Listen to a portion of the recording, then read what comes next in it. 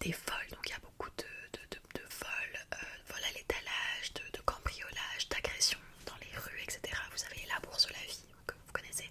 Donc attention, enfin, c'est littéralement la bourse de la vie, c'est-à-dire ils vont prendre votre bourse ou ils vont vous tuer.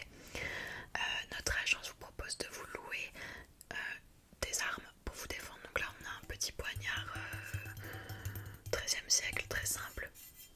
Il est d'époque, hein. Vous nous faites un petit virement et puis on vous le loue pour la durée de votre voyage. Voilà. Ah non, pas de pepper spray, tout ça c'est pas possible. Il faut que ça soit des choses d'époque. D'accord? Personne ne peut se douter que vous venez du futur. C'est très important, c'est une de nos règles. C'est une des règles de notre établissement. D'ailleurs, en parlant de ceci, vous allez me signer le formulaire C3, P5, petit en dessous il y a un alinéa. Ok, voilà, très bien. Alors ça c'est parce que, voilà, nous vous demandons de ne révéler à personne là-bas que vous venez du futur évidemment et de ne montrer aucune technologie moderne, de ne rien révéler sur le futur, c'est très important. C'est très important tout d'abord parce que révéler quoi que ce soit sur le futur pourrait entraîner une réaction de cause à effet qui créerait une toute nouvelle spirale spatio-temporelle. Vous avez déjà regardé Retour vers le futur, donc vous savez, c'est ça, très dangereux. Et puis aussi, les gens ne vous croiraient certainement pas. Ils penseraient que vous êtes fou ou que vous mentez. Et vous pourriez vous retrouver avec un procès au cul et puis sur le bûcher. Vous seriez très vite accusé de sorcellerie. Donc faites attention, faites très attention avec ça. Vous devez vous fondre dans la masse, d'accord? Vous devez faire comme si vous étiez une personne née pendant le Moyen-Âge. Ne vous inquiétez pas, on vous aidera avec tout ce qui est intégration, immersion, etc. D'ailleurs, en parlant d'intégration, il faudra parler de la langue parce que, donc vous allez en France, hein. Vous parlez parfaitement français, c'est très bien, mais sachez qu'au Moyen-Âge, les gens ne parlent pas le français que nous parlons, vous et moi. Ils parlent un français différent, un vieux français, sans compter que selon la région, les gens parlent différemment. Il y a beaucoup de dialectes, hein. En Lorraine, on parle le lorrain, hein. En Bretagne, on parle le breton. Donc, il va falloir apprendre un dialecte. Nous vous conseillons d'apprendre le français, le vieux français qui est parlé dans la capitale à Paris, tout simplement parce que c'est celui qui est le plus documenté, c'est celui qui est utilisé dans les manuels, et puis c'est celui, voilà, qui est pas le plus correct, mais disons que vous aurez compris à Paris, et j'imagine que vous comptez aller à Paris.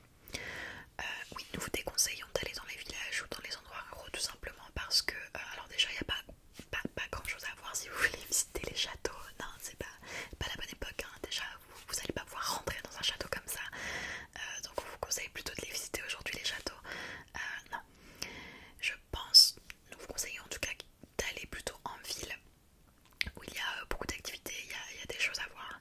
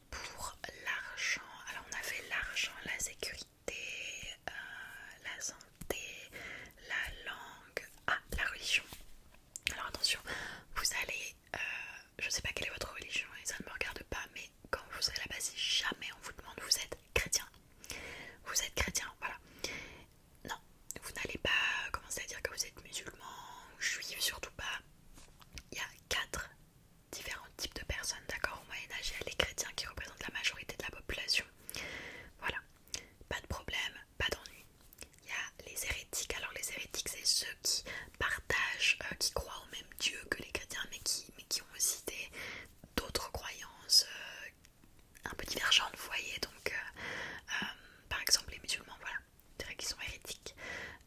Et puis il y a les juifs. Alors les juifs, ils les aiment pas du tout au Moyen-Âge. Selon moi, c'est un peu les premiers hérétiques, voilà. Donc, et les païens. Alors les païens, c'est ceux qui croient en de faux dieux. Donc je sais pas, on pourrait dire les hindouistes. Bon. Autant vous dire que ces gens-là ne sont pas très bien traités. Donc, quelle que soit votre religion, on vous conseille de la garder pour vous. Et de faire croire à tout le monde que vous êtes chrétien pour ne pas avoir d'ennui. Et enfin, votre couverture, parce qu'on ne va pas vous envoyer dans la nature comme ça, vous aurez le choix entre trois différentes fausses identités selon la formule que vous choisissez, évidemment. Vous pourrez être soit un riche marchand, un membre du clergé ou un noble. Évidemment, si vous souhaitez être un noble, c'est la formule la plus chère.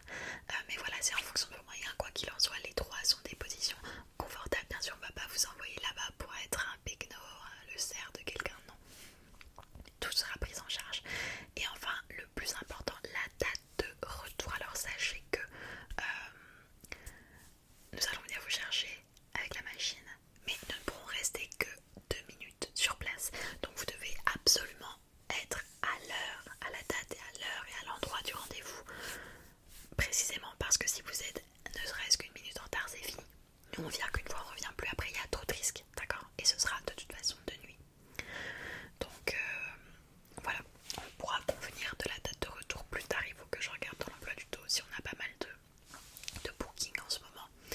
Est-ce que tout est compris? Super, bah, j'espère que vous allez passer de super vacances. Ça vaut le